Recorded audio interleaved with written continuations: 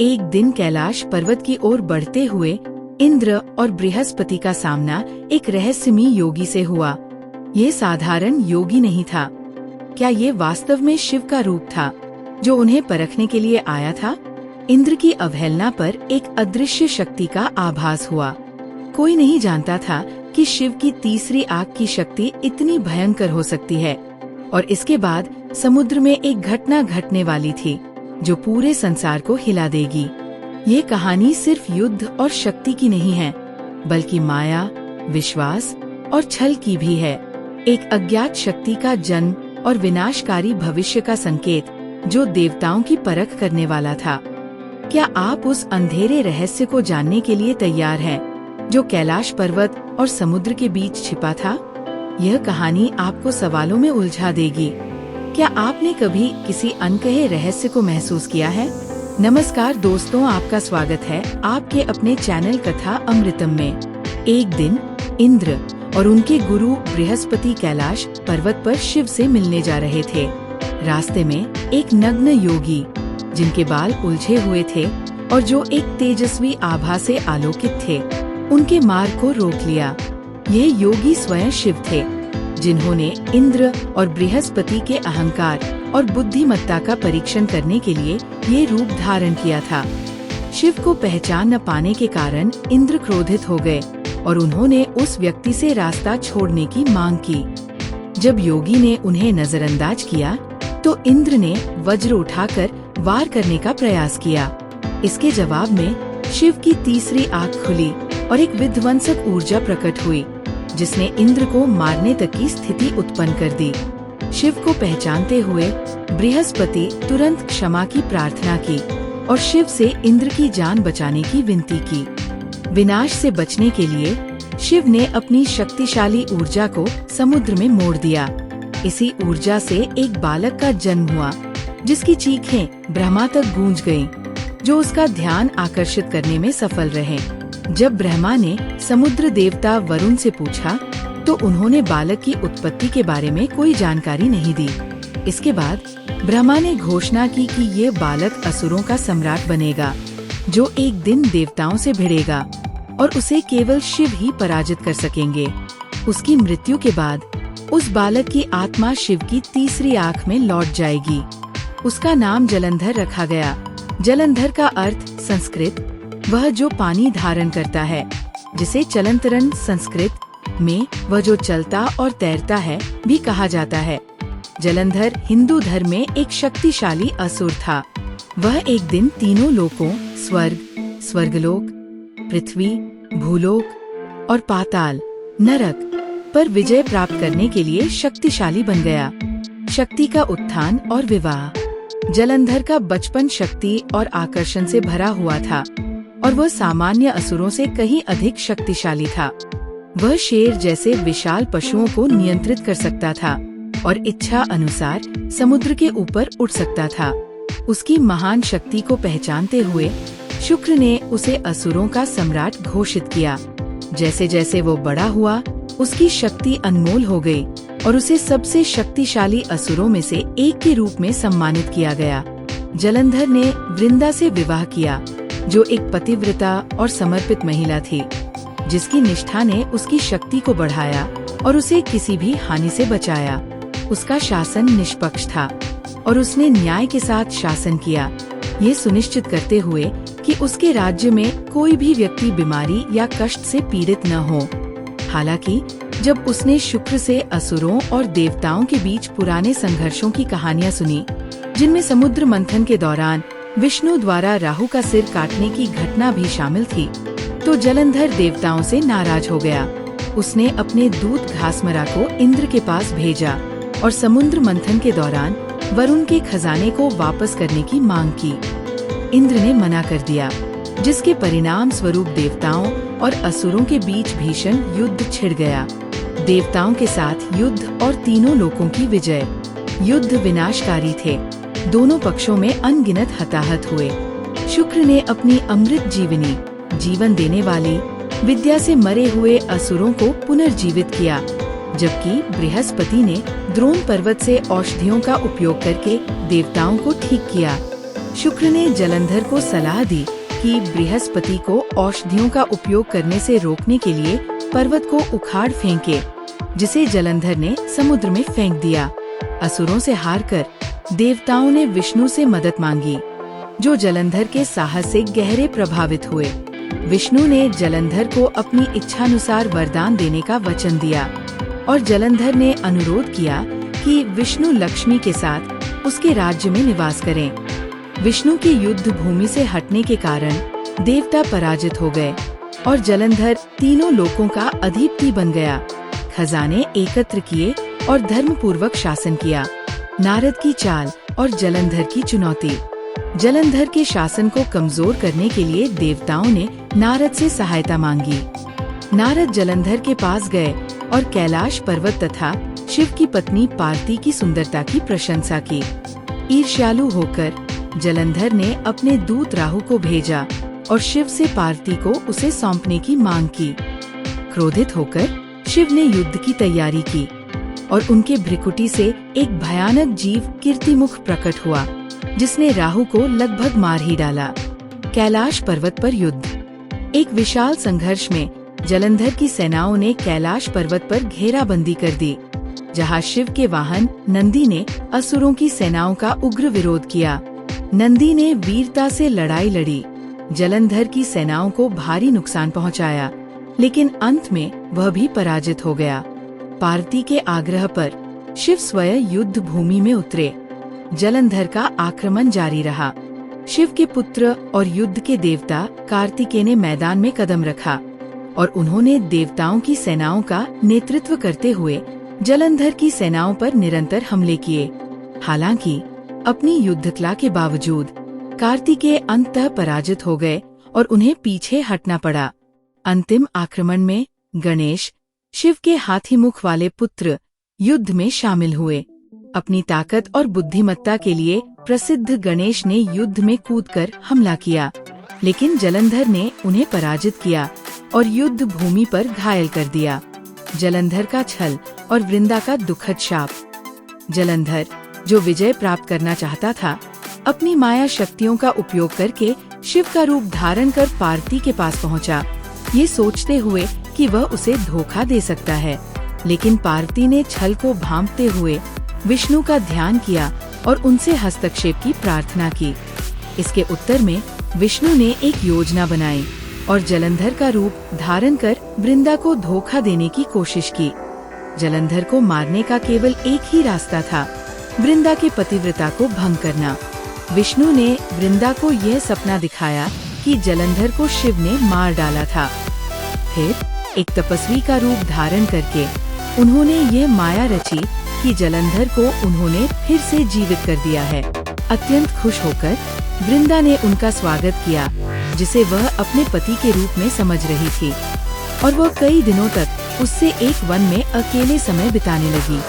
अंत में वृंदा ने सच्चाई समझी और ये जानकर कि विष्णु ने उसे धोखा दिया है, उसने विष्णु को कठोर शाप दिया। उसने कहा कि एक दिन कोई उसके अपने पत्नी को धोखा देगा, जैसे उसने उसे धोखा दिया। ये भविष्यवाणी रामायण के महाकाव्य में सच साबित हुई। जब रावण ने सीता का अपहरण किया, उसने ये भी भविष्यवाणी की कि विष्णु एक दिन शोक में भटकेंगे लक्ष्मण के साथ और उन्हें बंदरों, वानरों से सहायता मांगनी पड़ेगी। अत्यंत दुखी वृंदा ने स्वयं को चिता में समर्पित कर दिया और वहाँ से उसकी आत्मा उठकर पार्वती के साथ मिल गई। जलंधर का पतन और मृत्यु। अंतिम संघर्ष में शिव और जलंधर का मुकाबला हुआ, जो ब्रह्मांड को हिला देने वाला था। अपने परिवार और सहयोगियों के मारे जाने या घायल हो जाने के बाद जलंधर अकेले ही लड़ा। शिव ने अपनी सारी दिव्य ऊर्जा एकत्रित करके अपने अंगूठे से एक चक्र विभि बनाया, जो जलंधर का सिर एक ही वार में उड़ा दिया और उसका भाग्य तय हो गया। जलंधर की मृत्यु के साथ उसकी आत्मा शिव में मिल गई और उसकी कहानी ने एक पूर्ण चक्र पूरा किया।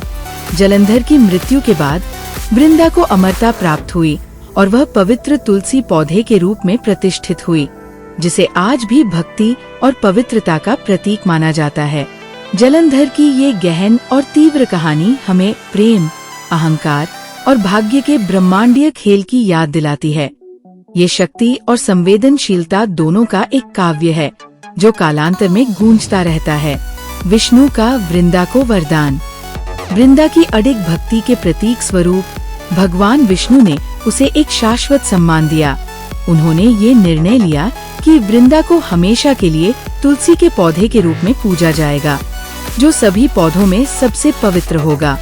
वृंदा का आशीर्वाद उस व्यक्ति को मिलेगा जो तुलसी के पौधे के माध्यम से उसकी भक्ति करेगा, और उसकी आत्मा हमेशा इस पौधे में पवित्रता और शक्ति के स्रोत के रूप में निवास करेगी। वृंदा का पवित्र पौधे में रूपांतरण। वृंदा की आत्मा उसके शरीर से मुक्त हो गई और उसके स्थान पर एक पवित्र पौधा तुलसी उगाया। ये पवित्र तुलसी का पौधा वृंदा की आत्मा का प्रतीक बन गया, पवित्र, समर्पित और निरंतर देने वाला। उस दिन से तुलसी हिंदू घरों का एक प्रिय हिस्सा बन गई, जिसे वृंदा की पुण्य और प्रेम का रूप माना गया। हिंदू संस्कृति और चिकित्सा में तुलसी का महत्व। तुलसी का पौधा हिंदू संस्कृति में पवित्रता और रक्षा का प्रतीक माना जाता है। घर में तुलसी रखने से मान्यता है कि ये सामंजस्य लाता है, बुराई को नष्ट करता है और परिवार को स्वास्थ्य और समृद्धि का आशीर्वाद देता है। औषधीय दृष्टि से तुलसी आयुर्वेद में अपनी रोग प्रतिकारक क्षमता को बढ़ाने, श्वसन समस्याओं को दूर करने, तनाव कम करने और शरीर की ऊर्जा संतुलित करने के लिए प्रसिद्ध है। तुलसी वास्तव में एक उपहार है जो आध्यात्मिक महत्व को समग्र कल्याण के साथ जोड़ता है।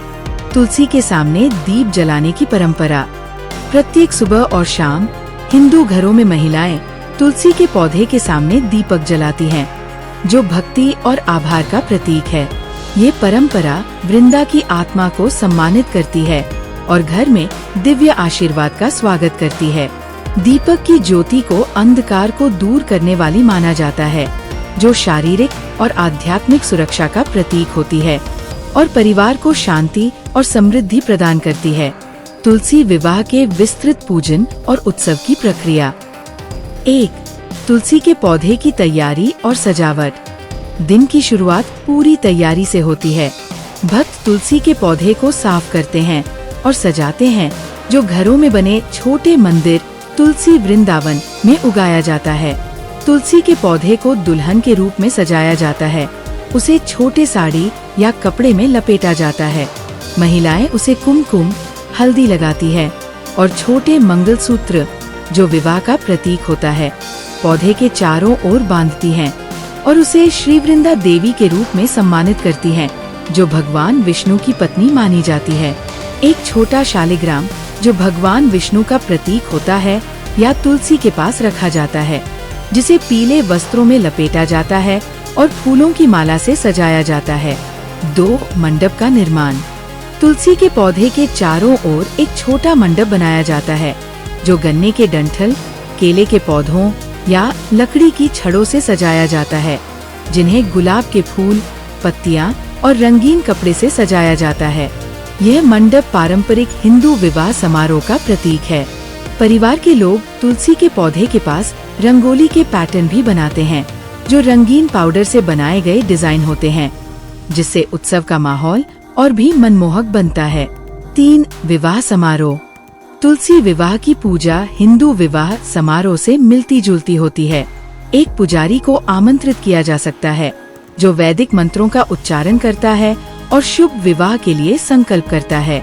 परिवार के सदस्य वृंदा के माता पिता के रूप में कार्य करते हैं और भगवान विष्णु, जो दूल्हे के प्रतीक होते हैं, को कन्यादान करते हैं। माना जाता है कि इन रीतियों को निभाने से परिवार और उनके घर में समृद्धि और सामंजस्य का वास होता है। तुलसी के पौधे और शालिग्राम को एक पवित्र धागे से बांधा जाता है, जो उनके एकता का प्रतीक होता है, जबकि परिवार के सदस्य फूलों की पंखुड़ियों से उन पर आशीर्वाद की बौछार करते हैं और प्रार्थना करते हैं। 4. प्रार्थनाएं, भजन और कीर्तन। पूरे समारोह के दौरान भक्त तुलसी और भगवान विष्णु को समर्पित भजन गाते हैं और वृंदा की गहरी भक्ति की कहानी सुनाते हैं। ये संगीत समारोह में उल्लास बढ़ाता है, जिससे दिव्य विवाह का आनंद और भी बढ़ जाता है। प्रार्थनाएं की जाती हैं, जिसमें परिवार के कल्याण, स्वास्थ्य और समृद्धि के लिए आशीर्वाद मांगे जाते हैं। तुलसी को एक रक्षात्मक पौधा माना जाता है और इस त्योहार के दौरान उसकी पूजा करने से घर का वातावरण शुद्ध होने और शांति की प्राप्ति होती है। 5. प्रसाद और भोज। विवाह के बाद प्रसाद जैसे मिठाई, फल, नारियल और गुड़ परिवार के सदस्य और भक्तों में बांटे जाते हैं। भोज बहुत ही विशेष होता है, जो एक नए शुरुआत की खुशी का प्रतीक होता है। कई परिवार इस दिन विशेष पकवान तैयार करते हैं, जैसे मीठे पूरी, लड्डू और खीर, जिन्हें तुलसी और भगवान विष्णु को अर्पित किया जाता है और फिर अतिथियों के साथ साझा किया जाता है। 6. तुलसी विवाह का महत्व। तुलसी विवाह का आध्यात्मिक और सांस्कृतिक महत्व बहुत गहरा है। माना जाता है कि इस दिव्य विवाह में भाग लेने से भक्तों को उनके घर में सामंजस्य, अच्छे स्वास्थ्य और समृद्धि के लिए आशीर्वाद प्राप्त होते हैं। ये त्योहार विशेष रूप से उन परिवारों के लिए शुभ होता है जिनकी अविवाहित बेटियां हैं, क्योंकि माना जाता है कि तुलसी विवाह में भाग लेने से उन्हें अच्छे वर मिलते हैं, जो वृंदा और भगवान विष्णु के रिश्ते की तरह होता है। हिंदू परंपरा में तुलसी को प्रेम और पवित्रता का प्रतीक माना जाता है और ये त्योहार उसकी भूमिका को सहनशीलता और भक्ति के प्रतीक के रूप में उजागर करता है। इस साल 12 नवंबर से लेकर कार्तिक पूर्णिमा यानी 15 नवंबर तक तुलसी विवाह का उत्सव मनाया जा सकता है। 12 नवंबर का देवउठनी एकादशी भी है। इन 4 दिनों में 365 घी की बाती दिया लगाने से पूरे वर्ष दिया लगाया जितना फल मिलता है। माना जाता है कि तुलसी विवाह करवाने से साधक को कन्यादान के समान फल की प्राप्ति होती है। अगर आपको हमारी ये कहानी पसंद आई हो तो इसे लाइक करें, शेयर करें और हमारे चैनल को सब्सक्राइब करना न भूलें, ताकि आपको हमारी हर नई कहानी सबसे पहले मिल सके। आपका समर्थन हमारे लिए बहुत महत्वपूर्ण है।